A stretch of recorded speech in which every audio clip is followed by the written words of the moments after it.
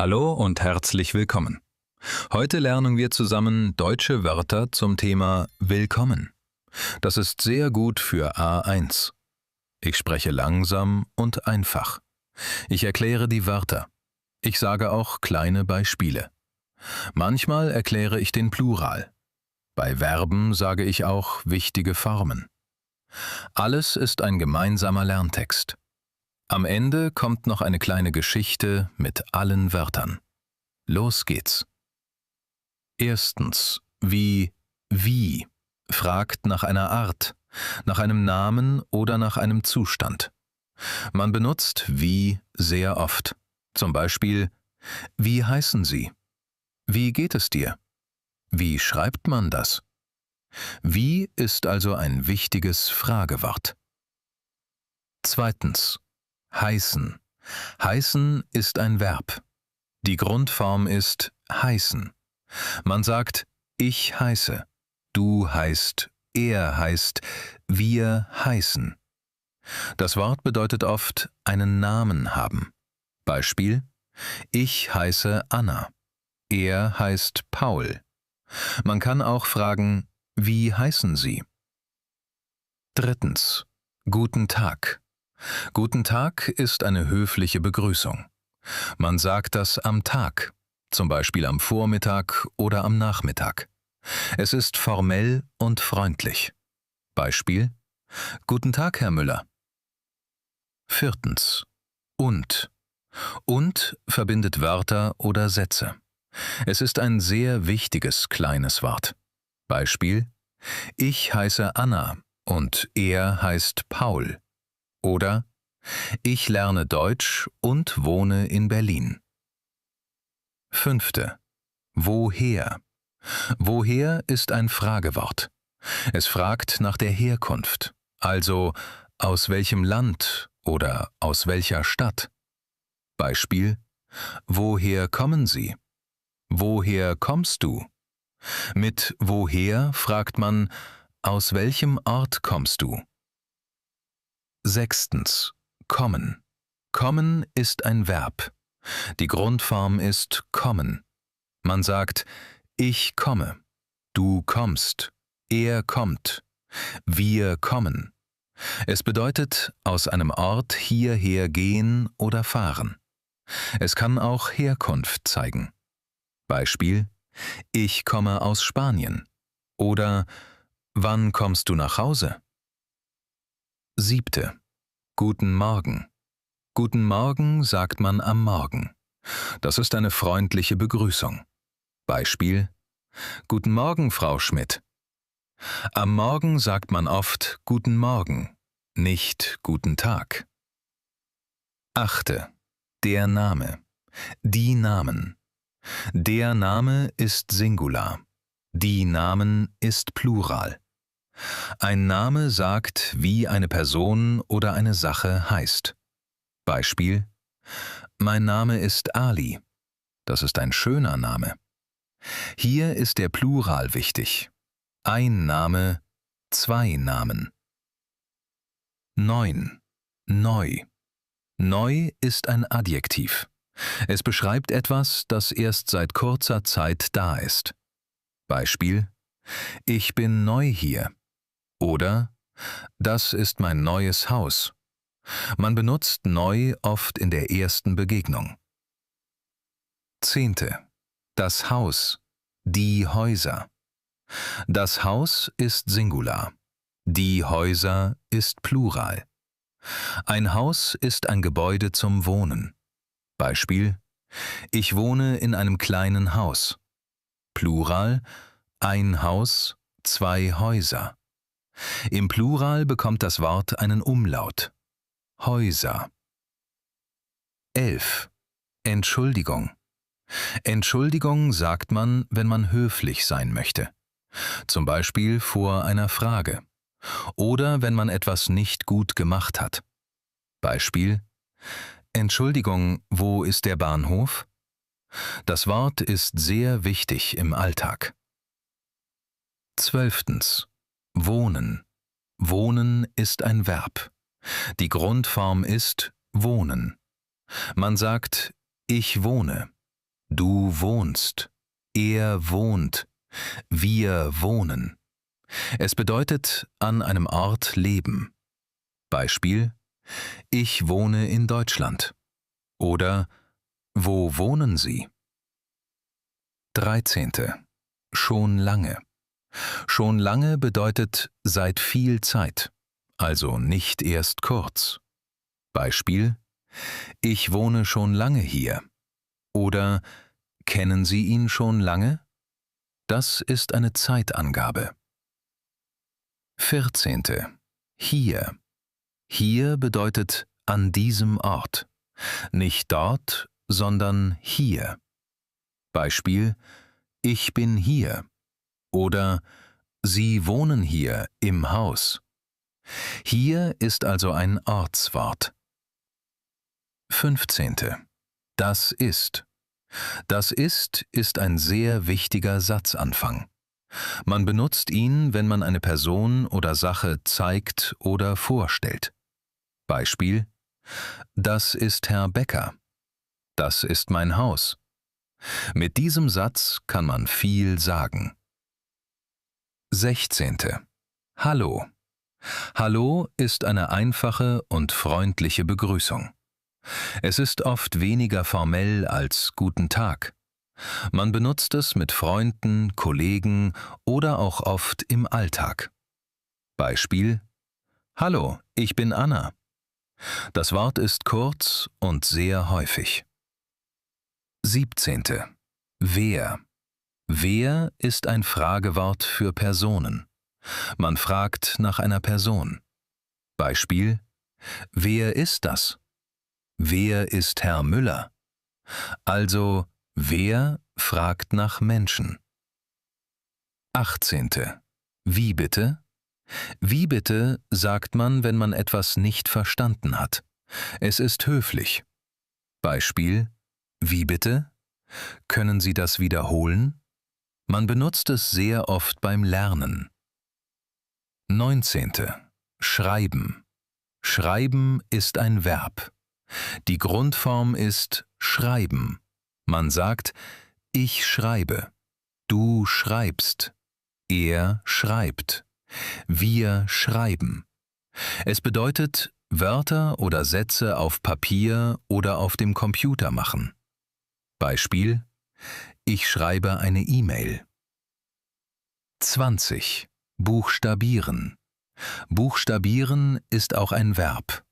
Die Grundform ist buchstabieren. Man sagt: Ich buchstabiere. Du buchstabierst. Er buchstabiert. Wir buchstabieren. Es bedeutet ein Wort Buchstabe für Buchstabe sagen. Beispiel: Können Sie Ihren Namen bitte buchstabieren? 21. Der Familienname. Die Familiennamen. Der Familienname ist der Nachname. Zum Beispiel Müller, Schmidt oder Becker. Plural: die Familiennamen. Beispiel: Mein Familienname ist Müller. Singular: der Familienname. Plural: die Familiennamen. 22. Der Vorname. Die Vornamen. Der Vorname ist der erste Name, zum Beispiel Anna, Paul oder Julia. Plural: die Vornamen. Beispiel: Mein Vorname ist Anna, also Vorname gleich erster Name, Familienname gleich Nachname. 23. Das Land, die Länder. Das Land ist Singular, die Länder ist Plural. Ein Land ist zum Beispiel Deutschland, Italien oder die Ukraine. Beispiel: Deutschland ist ein schönes Land. Im Plural hat das Wort einen Umlaut. Land, Länder. 24. Die Frau, die Frauen. Die Frau ist Singular. Die Frauen ist Plural. Das Wort kann eine erwachsene weibliche Person meinen, Es kann auch in der Anrede vorkommen. Frau Schmidt. Beispiel: Die Frau ist sehr freundlich. Plural: eine Frau, zwei Frauen. 25. Der Herr, die Herren. Der Herr ist Singular. Die Herren ist Plural. Herr kann eine höfliche Anrede für einen Mann sein. Beispiel: Herr Becker ist mein Lehrer. Oder Guten Tag, Herr Müller. Plural: die Herren. 26. Wie geht es Ihnen? Das ist eine höfliche Frage. Man fragt so nach dem Befinden. Ihnen ist höflich. Beispiel: Guten Tag, Frau Schmidt. Wie geht es Ihnen? Mit Freunden sagt man eher: Wie geht es dir? 27. Danke. Danke benutzt man, wenn man höflich sein will. Man sagt es nach Hilfe oder nach etwas Freundlichem. Beispiel: Danke für Ihre Hilfe. Oder einfach Danke. Das Wort ist sehr wichtig im Alltag. 28. Gut. Gut ist ein Adjektiv. Es bedeutet positiv, schön, richtig oder angenehm. Beispiel: Mir geht es gut. Oder Mein Deutsch ist gut. 29. Sehr gut. Sehr gut ist stärker als nur gut.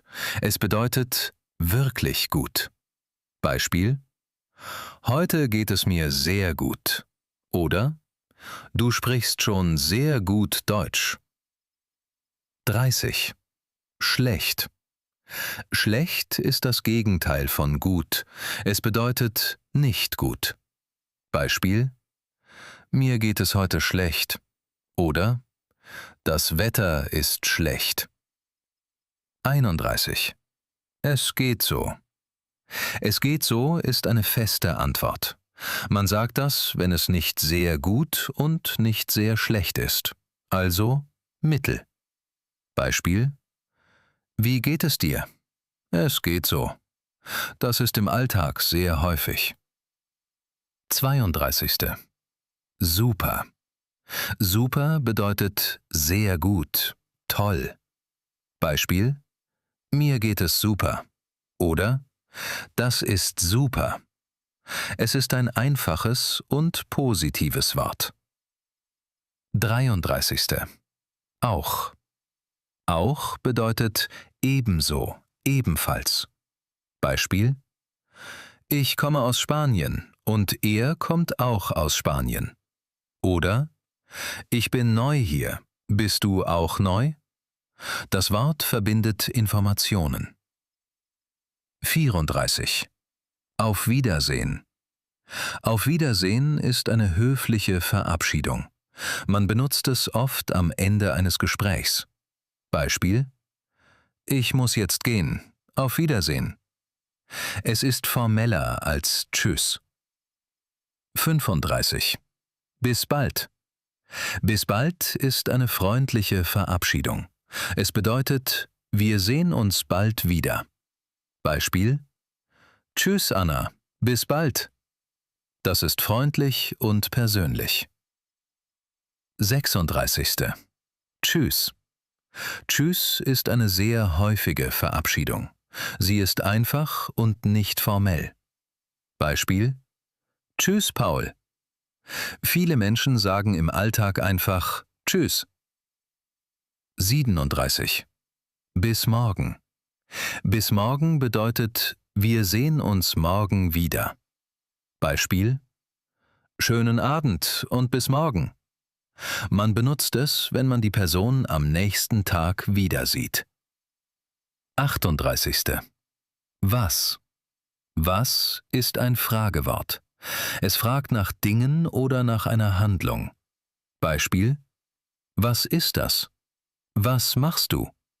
Also was fragt nicht nach Personen, sondern nach Sachen oder Handlungen. 39. Machen. Machen ist ein sehr wichtiges Verb. Die Grundform ist machen. Man sagt, Ich mache, du machst, er macht, wir machen. Es bedeutet tun. Beispiel: Was machst du heute? Oder ich mache meine Hausaufgaben. 40. Lärmen. Lernen ist ein Verb. Die Grundform ist lernen. Man sagt, ich lerne, du lernst, er lernt, wir lernen. Es bedeutet Wissen bekommen, üben, verstehen. Beispiel: Ich lerne Deutsch. Das ist für unsere A1-Lektion sehr wichtig. 41. Deutsch. Deutsch kann die Sprache meinen. Beispiel: Ich spreche Deutsch oder wir lernen Deutsch. Das Wort schreibt man hier groß, weil es als Sprache benutzt wird. 42. Wo. Wo ist ein Fragewort für einen Ort. Beispiel: Wo wohnen Sie? Wo ist das Haus? Mit wo fragt man nach einem Platz oder Ort. 43. Die Zahl. Die Zahlen. Die Zahl ist Singular, die Zahlen ist Plural. Eine Zahl ist zum Beispiel 1, 2, 10 oder 100. Beispiel: Die Zahl 7 ist schön. Plural: eine Zahl, viele Zahlen. 44. Die Nummer, die Nummern. Die Nummer ist Singular, die Nummern ist Plural. Eine Nummer kann eine Telefonnummer, eine Hausnummer oder eine Platznummer sein. Beispiel: Wie ist Ihre Nummer? Oder meine Nummer ist 10. Plural: die Nummern. 45. Ja. Ja bedeutet richtig, doch, ich stimme zu. Beispiel: Bist du neu hier? Ja. Ein sehr kleines, aber sehr wichtiges Wort. 46. Nein. Nein bedeutet das Gegenteil von Ja. Beispiel: Wohnst du in Berlin? Nein. Auch dieses Wort ist sehr wichtig. 47. Ja, genau. Das ist eine feste Antwort. Man benutzt sie, wenn etwas richtig ist. Beispiel: Ist das Herr Müller?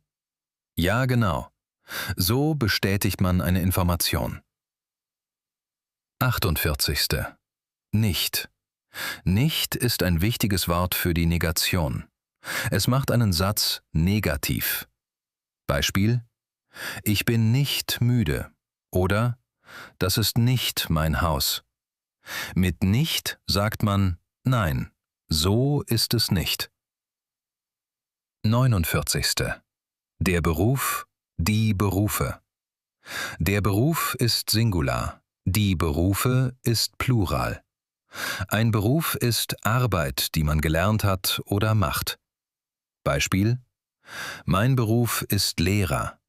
Plural: der Beruf, die Berufe. 50. Der Ingenieur, die Ingenieure. Das ist ein Beruf. Ein Ingenieur arbeitet oft mit Technik, Maschinen oder Plänen. Beispiel: Mein Bruder ist Ingenieur. Plural: die Ingenieure. 51. Die Ingenieurin, die Ingenieurinnen. Das ist die weibliche Form. Beispiel: Meine Schwester ist Ingenieurin. Plural: die Ingenieurinnen. 52. Der Verkäufer, die Verkäufer. Das ist ein Beruf im Geschäft oder Laden. Ein Verkäufer verkauft Dinge. Beispiel: Der Verkäufer ist sehr freundlich. Singular und Plural sehen gleich aus. Der Verkäufer, die Verkäufer. 53. Die Verkäuferin, die Verkäuferinnen. Das ist die weibliche Form. Beispiel: Die Verkäuferin arbeitet im Supermarkt. Plural: die Verkäuferinnen. 54. Der Arzt, die Ärzte. Das ist ein medizinischer Beruf. Ein Arzt hilft kranken Menschen. Beispiel: Der Arzt ist heute hier. Plural: die Ärzte. Im Plural hat das Wort einen Umlaut. 55. Die Ärztin, die Ärztinnen. Das ist die weibliche Form von der Arzt. Beispiel: Meine Ärztin ist sehr nett. Plural: die Ärztinnen. 56. Der Lehrer, die Lehrer. Ein Lehrer arbeitet in der Schule oder im Kurs. Er unterrichtet. Beispiel: Der Lehrer erklärt die Wörter. Singular und Plural sehen gleich aus. Der Lehrer, die Lehrer. 57. Die Lehrerin, die Lehrerinnen. Das ist die weibliche Form. Beispiel: Meine Lehrerin spricht langsam. Plural: die Lehrerinnen. 58. Der Sekretär, die Sekretäre. Das ist ein Beruf im Büro. Ein Sekretär organisiert oft Termine und Dokumente. Beispiel: Der Sekretär schreibt eine E-Mail. Plural: die Sekretäre. 59. Die Sekretärin, die Sekretärinnen. Das ist die weibliche Form. Beispiel: Die Sekretärin ist im Büro. Plural: die Sekretärinnen. 60. Der Elektriker, die Elektriker. Das ist ein Beruf. Ein Elektriker arbeitet mit Strom, Licht und Kabeln. Beispiel: Der Elektriker arbeitet im Haus. Singular und Plural sehen gleich aus. Der Elektriker, die Elektriker. 61. Die Elektrikerin, die Elektrikerinnen. Das ist die weibliche Form. Beispiel: Ist sie Elektrikerin? Plural: die Elektrikerinnen. 62. Der Altenpfleger, die Altenpfleger. Das ist ein Beruf. Ein Altenpfleger hilft alten Menschen. Beispiel: Mein Nachbar ist Altenpfleger. Singular und Plural sehen gleich aus. Der Altenpfleger, die Altenpfleger. 63. Die Altenpflegerin, die Altenpflegerinnen. Das ist die weibliche Form. Beispiel: Meine Tante ist Altenpflegerin. Plural: die Altenpflegerinnen. 64. Der Friseur, die Friseure. Das ist ein Beruf. Ein Friseur schneidet Haare. Beispiel: Der Friseur arbeitet heute lange. Plural: die Friseure.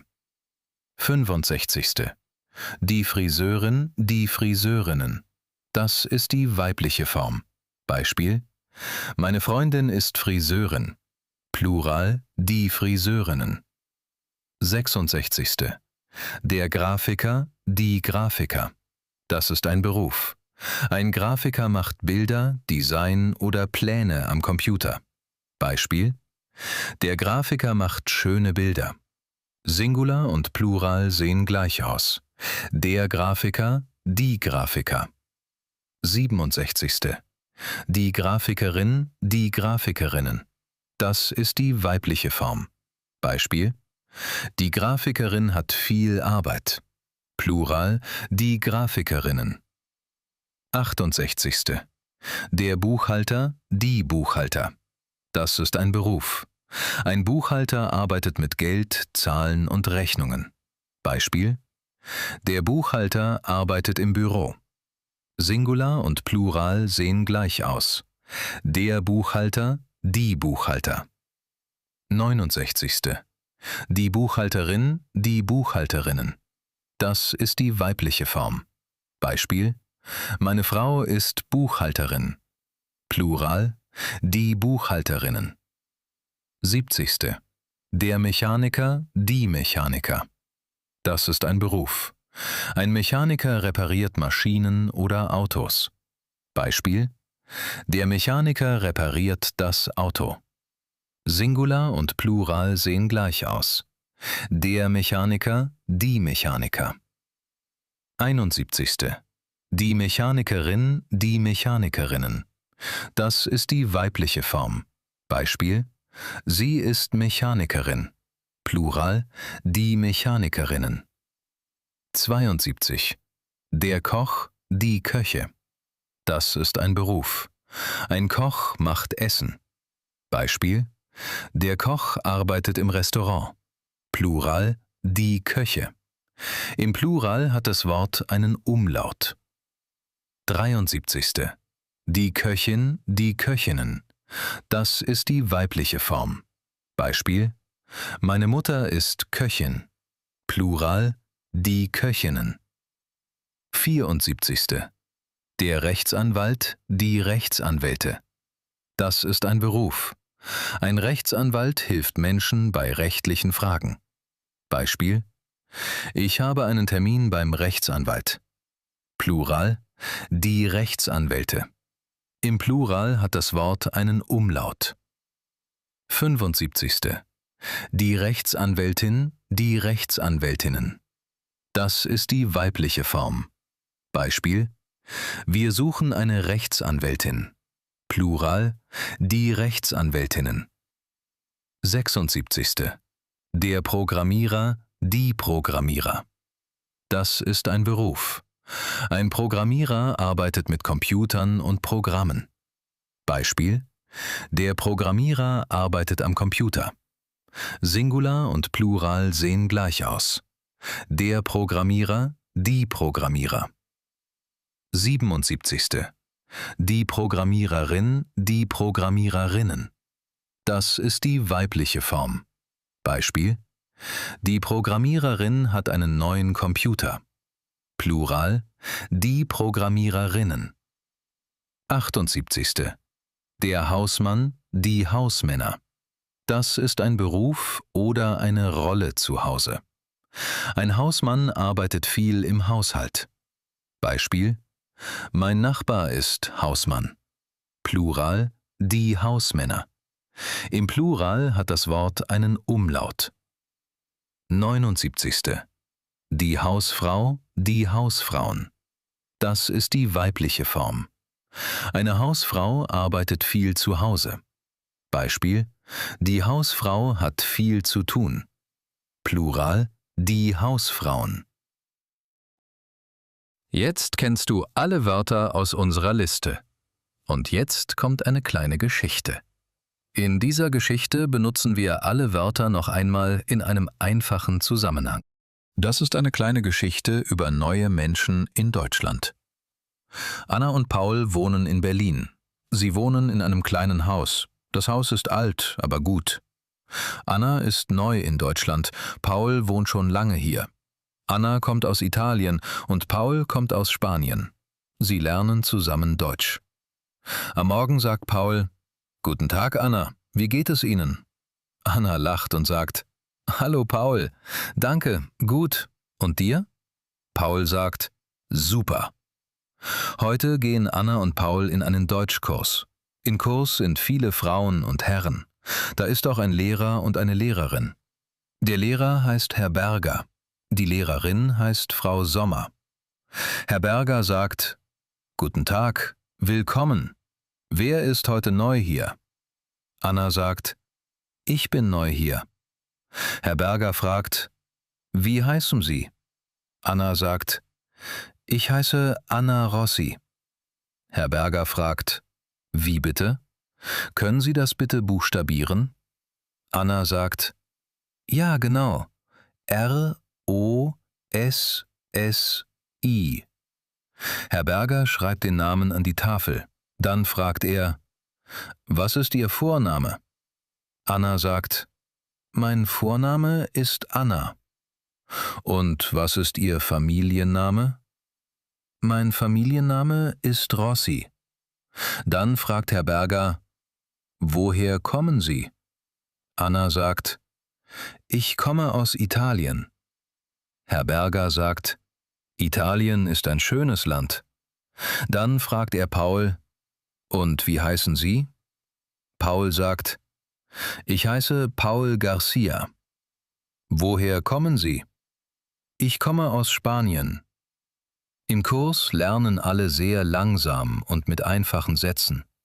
Herr Berger sagt, Deutsch ist nicht leicht, aber Deutsch ist wichtig. Dann fragt Frau Sommer, wo wohnen Sie? Anna sagt, ich wohne hier in Berlin.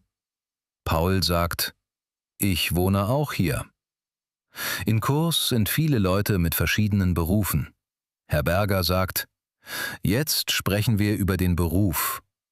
Ein Mann sagt, ich bin Ingenieur. Eine Frau sagt, ich bin Ingenieurin. Ein Mann sagt, ich bin Verkäufer.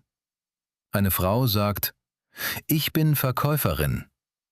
Ein Mann sagt, ich bin Arzt. Eine Frau sagt, ich bin Ärztin.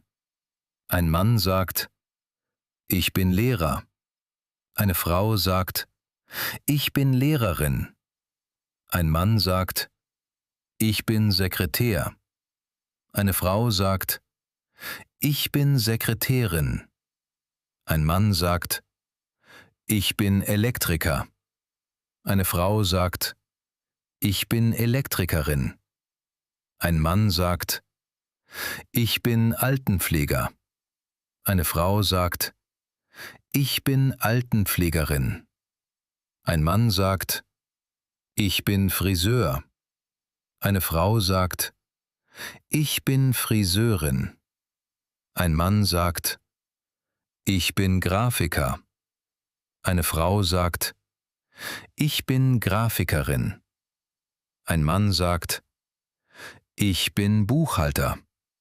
Eine Frau sagt, ich bin Buchhalterin. Ein Mann sagt, ich bin Mechaniker. Eine Frau sagt, ich bin Mechanikerin. Ein Mann sagt, ich bin Koch. Eine Frau sagt, ich bin Köchin. Ein Mann sagt, ich bin Rechtsanwalt. Eine Frau sagt, ich bin Rechtsanwältin. Ein Mann sagt, ich bin Programmierer. Eine Frau sagt, ich bin Programmiererin. Ein Mann sagt, ich bin Hausmann. Eine Frau sagt, ich bin Hausfrau. Herr Berger sagt, sehr gut, das sind viele Berufe. Dann macht Frau Sommer eine kleine Übung. Sie fragt, was ist das? Paul sagt, das ist ein Buch. Sie fragt, wo ist das Buch? Anna sagt, hier. Frau Sommer fragt, was schreiben Sie? Anna sagt, ich schreibe meinen Namen. Paul sagt, ich schreibe auch meinen Familiennamen. Dann fragt der Lehrer, wie viele Zahlen kennen Sie? Paul sagt, viele Zahlen. Anna sagt, meine Lieblingszahl ist 7. Frau Sommer fragt, und was ist Ihre Nummer? Anna sagt, meine Nummer ist 18. Paul sagt, meine Nummer ist 19. In der Pause sprechen Anna und Paul mit einer Frau und einem Herr aus dem Kurs. Die Frau heißt Maria und der Herr heißt Leon. Maria fragt, wie geht es euch? Anna sagt, gut. Paul sagt, sehr gut. Leon sagt, es geht so, ich bin müde. Maria sagt, nicht schlimm, Deutsch lernen ist am Anfang schwer. Dann fragt Maria, wohnt ihr schon lange in Berlin? Paul sagt, ja, ich wohne schon lange hier. Anna sagt, nein, ich wohne noch nicht lange hier. Ich bin neu. Nach dem Kurs sagt Herr Berger, Auf Wiedersehen und bis bald. Frau Sommer sagt Tschüss und bis morgen. Anna und Paul gehen nach Hause. Auf dem Weg sagt Anna: Der Kurs ist gut. Paul sagt: Ja, genau. Und die Leute sind auch sehr nett. Anna sagt: Ja, heute war ein guter Tag. Am Abend schreibt Anna eine Nachricht an ihre Familie in Italien. Hallo, ich bin in Deutschland. Ich wohne jetzt in Berlin. Das Haus ist klein, aber schön. In Kurs sind viele Frauen und Herren. Der Lehrer und die Lehrerin sind sehr gut. Ich lerne Deutsch. Paul hilft mir auch. Alles ist neu, aber gut. Dann sagt Anna: Deutschland ist nicht mein erstes Land, aber ich bin jetzt gern hier. Paul lächelt und sagt: Bis morgen, Anna. Anna sagt: Tschüss, Paul. Bis morgen. Das war unsere kleine A1-Lektion zum Thema Willkommen. Danke. Wenn dir dieses Video gefallen hat, abonniere gern unseren Kanal, gib uns ein Like und aktiviere die Glocke. So unterstützt du unseren Kanal und verpasst keine neuen Videos. Auf Wiedersehen, bis bald und bis morgen.